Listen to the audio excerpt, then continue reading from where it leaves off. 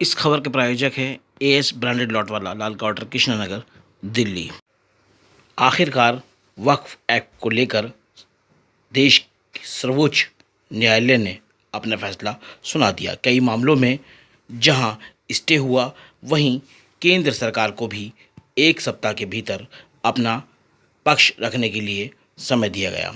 अब इस पूरे मामले में दोनों पक्षों में कहीं खुशी कहीं गम का माहौल है। हालांकि इस पूरे मामले में कानूनी जानकारों की राय अलग है। देखिए, आज जो सुनवाई जो हुई है उसमें दो अहम मुद्दों पर कोर्ट ने फैसला दिया है। एक मुद्दा ये था कि साहब जो नीचे करके जो थोड़ा हल्का प्रॉपर्टी से वक्फ बाय यूज़र के तौर पर इस्तेमाल हो रही है, उन पर तलवार लटक रही थी और इसमें ये फैसला किया गया कि साहब आज ये कहा गया अदालत में कि जो प्रॉपर्टी वक्फ के तौर पे इस्तेमाल हो रही है, रजिस्टर्ड है, नोटिफाइड है या किसी जगह केस चल रहा है, तो उन प्रॉपर्टीज़ पर ये कानून अभी लागू नहीं होगा। ये इंटरिम ऑर्डर है।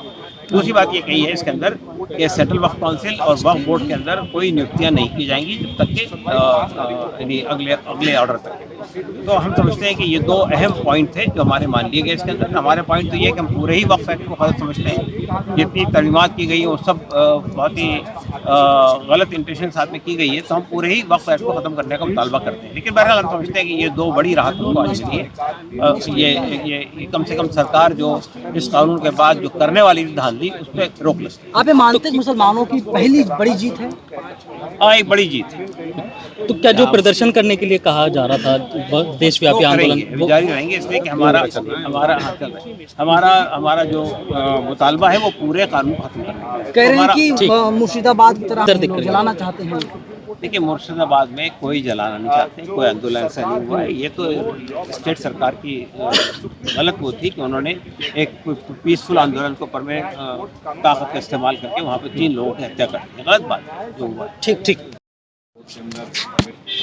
को लेकर और हम एज ए पिटिशनर वहाँ हैं, तो आज जो है मैं तहे दिल से शुक्रगुजार हूँ सुप्रीम कोर्ट का कि आज उन्होंने हिस्टोरिकल फैसला हमारे हक में दिया है। गवर्नमेंट ने खुद आकर कहा कि जो वक्फ बाय यूज़र है हम उसके अंदर कोई छेड़छाड़ नहीं करेंगे, किसी किस्म का कोई रजिस्ट्रेशन नहीं करेंगे, जैसे था वैसे ही रहेगा। और जो वक्फ बोर्ड के मेंबर हैं जो उसमें भी हम किसी किस्म का कोई ना किसी को मेंबर अपॉइंट करेंगे ना ही बोर्ड अपॉइंट करेंगे। तो आज मैं तहे दिल से उन तमाम वकीलों का शुक्रिया अदा करना चाहता हूँ जिन लोगों ने इस मुल्क को बचाने के लिए वो आगे आए।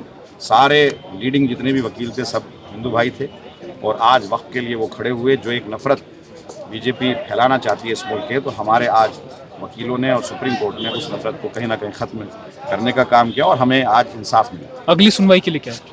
अगली सुनवाई वैसे सुनवाई जो है 5 मई को होगी और 28 को जो है इनको जवाब देना है, नोटिस किया है। और 5 दिन जो है उसके बाद 5 दिन हम लोगों को मिलेंगे, उसका जो है हम लोग जवाब।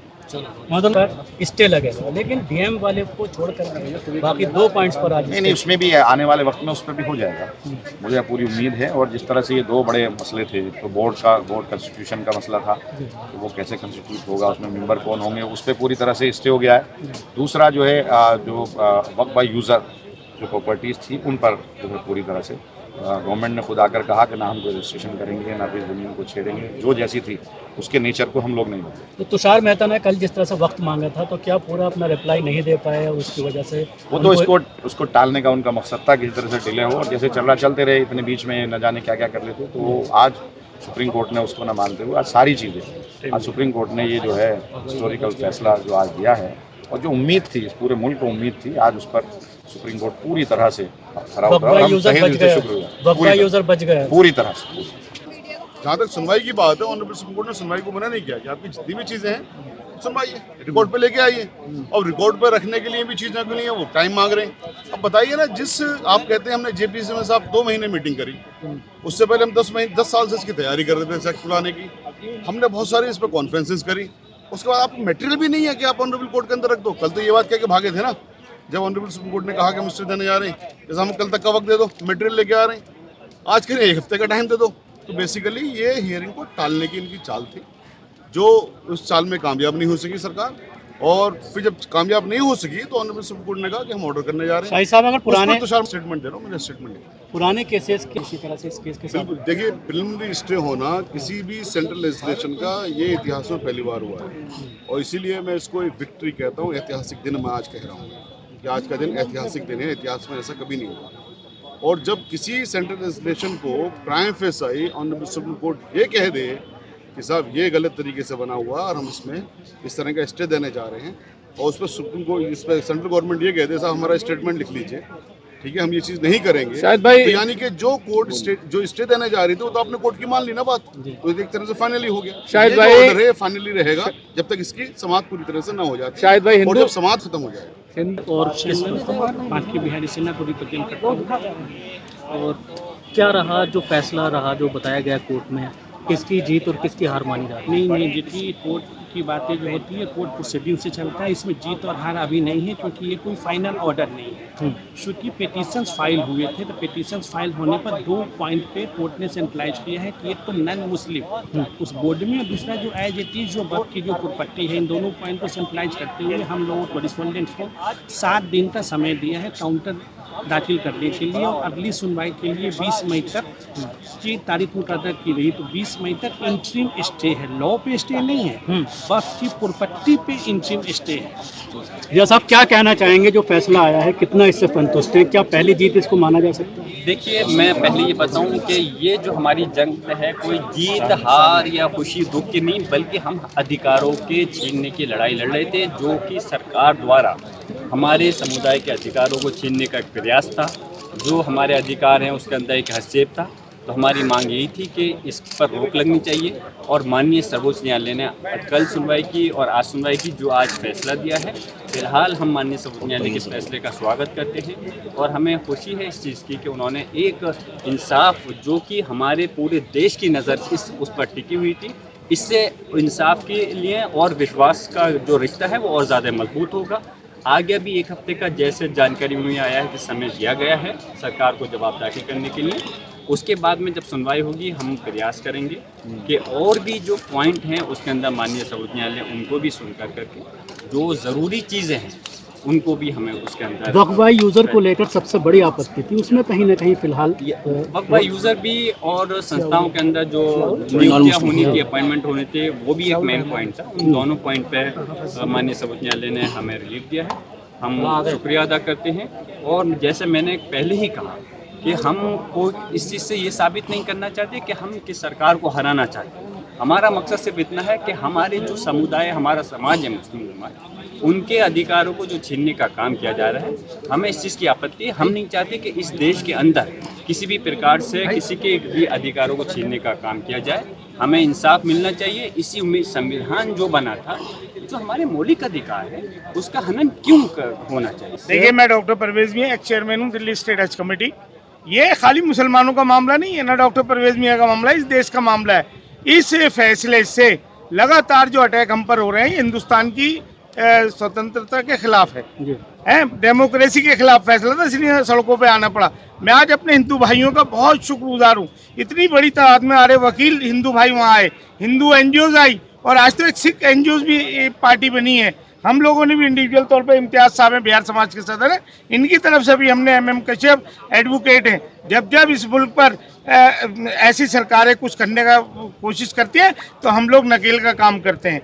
तो ये खाली क्या कहते हैं मुसलमानों को तंग करने वाली बात नहीं थी, ये हिंदुस्तान की एकता अखंडता के साथ खिलवाड़ थी। आज मैं एकता की काम कर रहा हूँ 40-45 साल से। आज लोग पूछते हैं कि क्या हो रहा है, क्या हमारे लिए सारे कानून है? 370 भी लो, 3 तलाक भी लो, कितने मुकदमे दर्ज हो गए 3 तलाक के बाद हैं? और उसके बाद क्या कहते हैं, हर तरह से परेशान किया जा रहा है। आज सिर्फ ये मामला है वक्फ तरमीमी बिल का, उस पर मैं कहना चाहता हूँ आज मैं चीफ जस्टिस ऑफ इंडिया को एक बात आपके चैनलों से कहना चाहता हूँ। हम सरकार चुनते हैं कि चुनने के बाद ये हमारी रक्षा करेंगे, हमारी अधिकारों की रक्षा करेंगे, हमें स्वतंत्र करेंगे, लेकिन जब हमें सुप्रीम कोर्ट ही आना है तो फिर हम सुप्रीम कोर्ट ही में चलते हैं। फिर सरकार का क्या फायदा? ये क्यों हमें दुखदाई बन रहे हैं? हमारे लिए कुछ सोचते क्यों समझते नहीं है? अगर कोई बिल बनाना था, जैसे कमेटी बनाई थी, उनकी बात सुनते। कोई MP चाहे वो रशीद इमरान मसूद हो, चाहे ओवैसी साहब हो, इकरा हो, और उसमें जो जो कमेटी में मेंबर लिए गए थे, हमारे हिंदू भाई लिए गए थे, हैं समाजवादी पार्टी, हर पार्टी के, यही नहीं कि कांग्रेस के, सबके लिए गए थे। इमरान प्रतापगढ़ी है, हम लोग क्यों नहीं बुलाया, क्यों नहीं सुना? जब नहीं सुना, जब तो सुप्रीम कोर्ट में आना पड़ा मजबूर होके। तो जरा से काम के लिए हम सुप्रीम कोर्ट आएंगे, यहाँ दरवाजा खटखटाएंगे, पैसा खर्च करेंगे क्या? इसीलिए हमारे बड़ों ने आजादी दिलाई थी हिंदुस्तान में। आने वाली नस्ल हमसे क्या पूछेगी, तुमने क्या किया हमारे लिए? के ऊपर स्टे लाना जरूरी है, और उसी चीज को चलते सुप्रीम कोर्ट ने अपना कल रुख तय कर दिया था कि हम किस चीज के ऊपर फैसला देने जा रहे हैं। उन 3 चीजों के ऊपर पहली चीज ये थी कि जो वक्फ बाय यूजर नहीं खत्म होना चाहिए, दूसरी चीज जो है नॉन मुस्लिम्स जो है वो बोर्ड में नहीं डाले जाने चाहिए, तीसरा कलेक्टर को जो है पावर जो दी गई है ये नहीं दी जानी चाहिए। तो आज यूनियन ऑफ इंडिया ने कल समय मांगा था कि सर हमें थोड़ा सा टाइम दे दो इस चीज़ के ऊपर, हम कल आते हैं थोड़ी सी तैयारी के साथ। तो आज यूनियन ऑफ इंडिया कोर्ट में अपना सबमिशन देते हैं कि जनाब जिस 3 चीज़ों को लेके आप इस कानून पे स्टे लगाने जा रहे थे, रोक लगाने जा रहे थे, वो 3 चीज़ें हम आपकी मानने को तैयार हैं। ना तो हम कोई अपॉइंटमेंट करेंगे बोर्ड में किसी का, ना जो है कलेक्टर किस तरीके का एक्शन लेंगे, और ना ही जो कोई भी प्रॉपर्टी है चाहे वो रजिस्टर्ड है या अनरजिस्टर्ड है उसको हम डिनोटिफाई नहीं करेंगे। तो वक्फ बाय यूजर की जो बात की जा वक्फ रही बाय जो यूज़र है, तो ये तीनों चीज़ें जो थी हमारी जो प्राइमरी था कि हमें इंटरिम इस चीज़ों पे मिलना चाहिए, वो सरकार ने मान लिया और कोर्ट ने नोटिस कर दिया। 7 दिन का टाइम दिया है यूनियन ऑफ इंडिया को अपना काउंटर एफिडेविट जमा करने के लिए। तो अगली सुनवाई 7 दिन के बाद होगी क्या? नहीं, उसके बाद फिर हमें 5 दिन का रिजाइंडर का टाइम मिला है, 5 मई को अगली डेट है। सबसे पहली बात ये है कि देश हमारा हिंदुस्तान जो है, समझे, उस सेकुलर देश है जिसमें सबों को हक अधिकार संविधान के थ्रू हमें मिला है, जीने का, रहने का, खाने का, पीने का, हर चीज़ का। लेकिन उसमें अगर किसी तरह से हुकूमत हमारी अड़चन पहुंचाती है तो ये मुनासिब नहीं है। उसके खिलाफ हमने यहाँ खुद अपना केस डाला है, डॉक्टर साहब के साथ में अपने नाम से मैंने डाला केस है, समझे। वो अभी कसब साहब लड़ रहे हैं। तो सवाल ये पैदा होता है कि जिस देश में नफरत अगर होगी, और नफरत से ज़िंदगी नहीं गुजरती है किसी की, और ना देश चलता है वो। ये रशिया का आपने इतिहास देखा होगा, उस तरह से हमारा देश ना हो जाए। हम चाहते हैं कि ऐसा देश हमारा हो कि जो अपने आप में एक मिसाल कायम हमेशा रहा है और रहे।